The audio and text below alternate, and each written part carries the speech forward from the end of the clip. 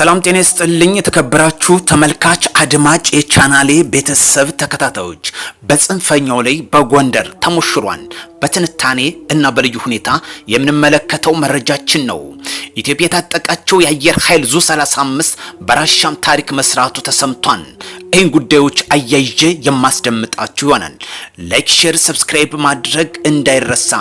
ወደ ቀዳሚው መረጃችን በቀጥታ ስናልፍ የጽንፈኛው ቡድን መሪዎች እርምጃ ላይ ተወስደዋል። በደቡብ ጎንደር እስቴ ወረዳ በጀግናው የሀገር መከላከያ ሰራዊት በወሰደው የተጠና ጸረ ሰላም ቡድኑ አርበኛ ዮሐንስና ኮማንዶ ይበልጣል እንዲሁም እስከ ግብረ አበሮቹ 74 የሚጨምሮ እስከ ወዲያኛው አሰናብቷን። ሰላም ይቅደም፣ ጦርነት አይጠቅምም የምንልበት በምክንያት ነው። የጸረ ሰላም ቡድኑ መሪዎች በተለይ ዮሐንስ እና ኮማንዶ ይበልጣን ግብረ አበሮችን ጨምሮ እስከ ወዲያኛው አሰናብቶታል።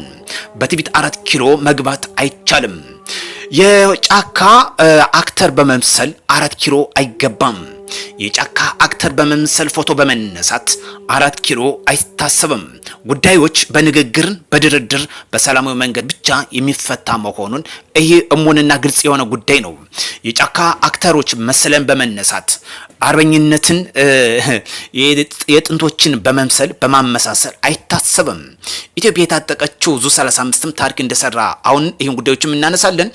በኬንያ ተቃውሞ ተነስቷል። በኬንያ የአንዳንድ ከተሞች በነዳጅ ዋጋ ጭማሪ ምክንያት ተቃውሞ መነሳቱ አሁን ይወጣ ያለው መረጃ ያመለክታል። የነዳጅ ዋጋ ጭማሪ ምክንያት በማድረግ እንግዲህ ዜጎች ተቃውሞችን እያሰሙ ይገኛል። ይሄ ጉዳይ በሀገራችን መንግስት እንግዲህ የነዳጅ ዋጋ እንደጨመረ በዓለም ደረጃም እንደጨመረ ይታወሳል። መንግስት ግን ድጎማውን በማጠናከር ባለበት እንዲቀጥል እያደረገ ይገኛል። ይህ ጥሩ ትምህርት ነው። በተለይ ለዜጎች በተለይ ለሀገር ጽንፍ ዘው ለሚንቀሳቀሱ እንደ ክፍተት ለሚጠቀሙ ጥሩ አስተማሪ ነው። በኬንያ ለምን ተጨመረ አይባልም። ምክንያቱም በዓለም ደረጃ የነዳጅ ዋጋ እንደጨመረ ይታወሳል። በሀገራችን ጭማሪ እንዳለ ይታወሳል። ነገር ግን መንግስት ድጎማ በማድረጉ ምክንያት ባለበት እንዲቀጥል እያደረገ ይገኛል። ይሄ ትልቅ ግባት ነው።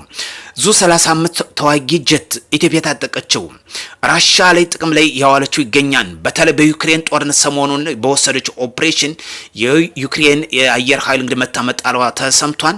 ይህ ጉዳይ እንግዲህ ኢትዮጵያ የታጠቀችው አየር ኃይል ነው ወይም ተዋጊ ጀት ነው። ይህም ያመለክተው አራተኛው ቱል እየተባለ የሚነገርለት ኢትዮጵያ ትጥቋን እያዘመነች የሚነገርለት ዩክሬን ትጥቋ እንግዲህ ያዘመነች መሆኑ ይታወሳል። ደግሞ ራሻ ይህን ጉዳይ ኢትዮጵያ ታጠቀችውን ለኢትዮጵያ ዋጋ የሸጠችላት ዘመኑ የደረሰበትን ቴክኖሎጂ ከራሻ የሸመተችው ዛሬም እያገለገለ ዘመኑ የደረሰበት ያለው ቴክኖሎጂ መሆኑን ያመላክታል። ይህ ማለት ለምስራቅ አፍሪካ እንደ ኤርትራ ያሉ ባላንጣ ሀገሮች ጥሩ ትምህርት የሚሰጥ አስተማሪ መሆኑን ያመላክታል። ስለዚህ ጽንፈኞች እስከነርዝራዣችሁ ትሸኛላችሁ። በትቢት 4 ኪሎ አይታሰብም። የጫካ አክተር በመምሰል መግባት አይቻልም። መንግስት በድፍረት ከሚናገርበት 2 ነጥቦች አንዱን ላንሳ። በተለይ የቀይ ባህር ጉዳይና የወደብ ጉዳዮች በድፍረት ከሚያነሳበት መንግስት ለምን ይህን ጉዳዮች በድፍረት ሊያነሳ ቻለ?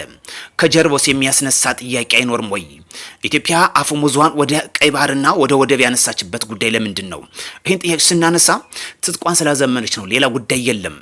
ከጀርባዋ ይህ ጉዳይ ሲነሳ አፈሙዝ እንደሚነሳ ይታወሳል። ነገር ግን የኢትዮጵያ ባላንጣ የሆነችው ግብጽ ከጀርባ ሆና ኢትዮጵያን እየወጋች ከባህር በር እንድትገለል የሆነችበት ጊዜ ሩቅ አይደለም። ይህ ደግሞ በሀገራችን የበቀሉት ጸረ ኢትዮጵያውያን የሆኑ የፋኖ የሸኔ የህወሓት ርዝራዦች እንደሆኑ ይታወሳል። ለዚህ ደግሞ መንግስት ትጥቁ ጠንከር በማድረግ በድፍረት እንዲያነሳ ያስገደደው ዋነኛ ሀገር መከላከያ ሰራዊት ዘመኑ የደረሰበትን ቴክኖሎጂ ስለታጠቀ ብቻ ነው። ይህ ደግሞ ለሚመጣው ጥያቄ ጥሩ ምላሽ እንደሚሰጥ መንግስት በድፍረት እንዲናገር አድርጎታል። ስለዚህ በየትኛው በቀኝ የሚንፈስ በግራ ይንፈስ የወደብ ጉዳይና የቀይ ባህር አክሰስ የማይታጠፍ ጉዳይ መሆኑን መንግስት በአጽንኦት እየገፋበት ይገኛል። የአየር ኃይላችን በእጅጉ ደግሞ ጠንከር አድርጎ ይህን ጉዳይ የበላይነት እንደሚወስደው ይታወቃል። አይበለው ከተጀመረ አይቀርም። ኢትዮጵያ ሳትመለስ አሰብ ሳትደርስ አትመለስም።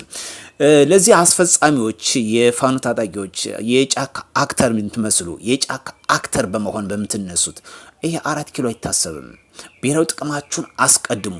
ሐሳባችሁን ስጡን፣ እንስማችሁ፣ እንምረጣችሁ ብንል ሐሳብ የላቸውም። ሐሳብ ስለሌላቸው በድፍረት መንግስት ይህን ጉዳዮች እርምጃ እየወሰደ ይገኛል። በሰላማዊ በንግግር ለሚፈቱ ደግሞ እየተቀበለ ይገኛል።